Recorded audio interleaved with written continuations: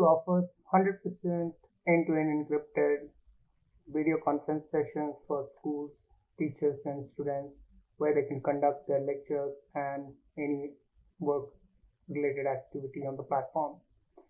Once you reach to iblib.com, you can go to login. If you're already a member, you can use a member login option. If you're not a member and you just want to give it a try, you can use sign in with Google. Or if you want to become a permanent member, you can go and sign up for your account. I will show you how to log in using a member login. Once you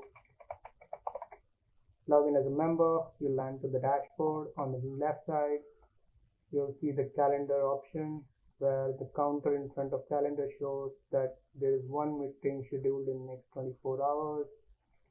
You click on it, you will see the monthly view of the calendar and you can see the respective dates.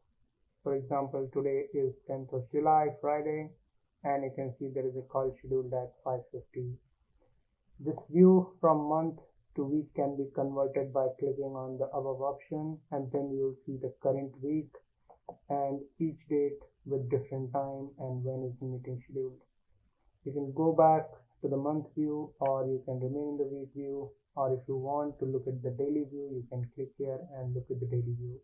The same thing can be achieved in a monthly view by clicking on the respective date and it will show you the daily view. In a daily view, it only shows for the current date which you have selected, and it shows for next 24 hours what are the meetings scheduled for you. On the right side, you can see upcoming meeting sections where it shows the meetings which are scheduled in next 24 hours. You can click either here or here and reach to the event session. Once you click on the meeting, you will reach to the meeting details. On top of, you will see a delete meeting button. If you want to delete the meeting, only host can have an option to delete the meeting. Rest of the people will not get this option. As a host, you can still modify the event name, event type, or any event detail which you may want to add. And here you can upload files. If you want to upload, you can either drag and drop, or you can click here to upload files which you want to share with all the participants in the meeting. In the end, you can see the time, change the time if you want to, select the date, respective time, select the event duration. It could be 30 minutes, 45 minutes, 60 minutes, depending upon how long do you want the event to last.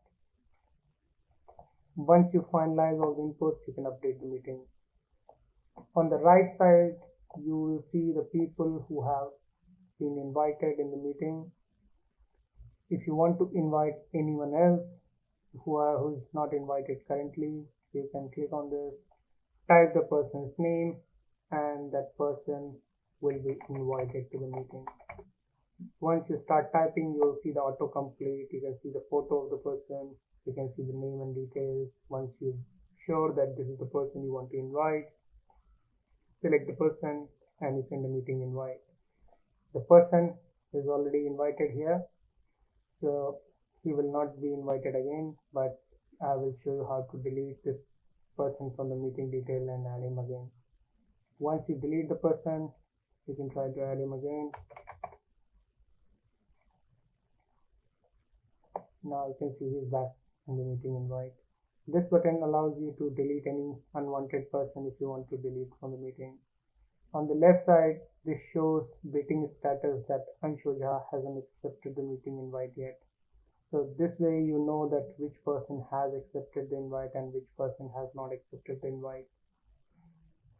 When participant logs in, he'll see a similar entry on the calendar side.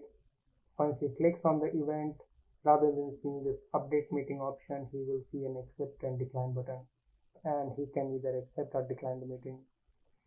If you want to duplicate the same meetings, for example, you want to conduct this math lecture every day, you can go to this option, create duplicate meeting, select a different date, and you can duplicate the meeting.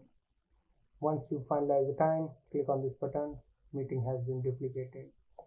All the people who are invited in this meeting will have a duplicate invite for the other meeting as well. But if you go, you'll see the new entry has been added here on 13th, which we just created.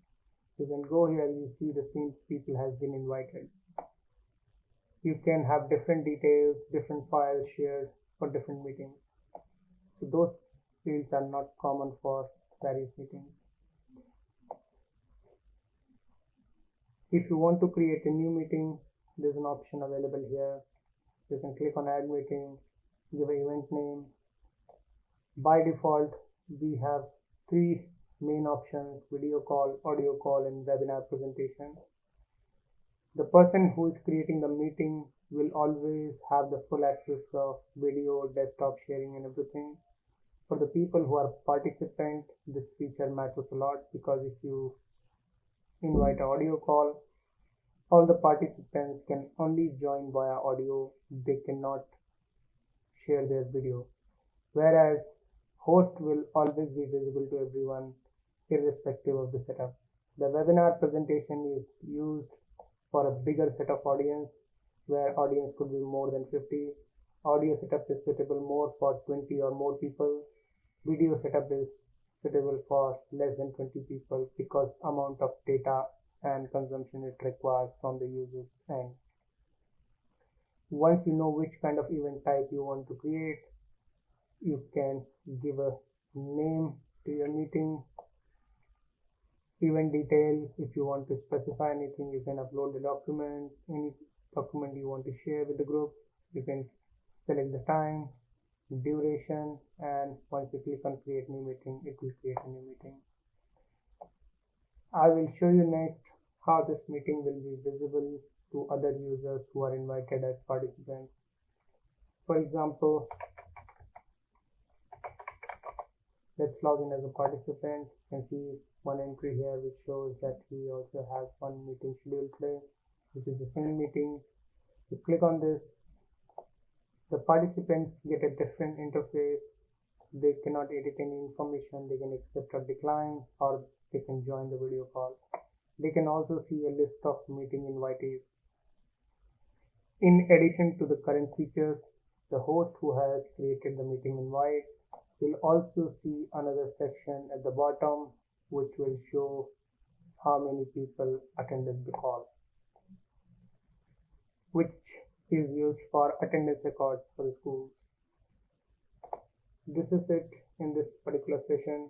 If you have any doubts or questions, please comment or ask questions on the FAQ section, which is available on the left side of the navigation bar. Thank you.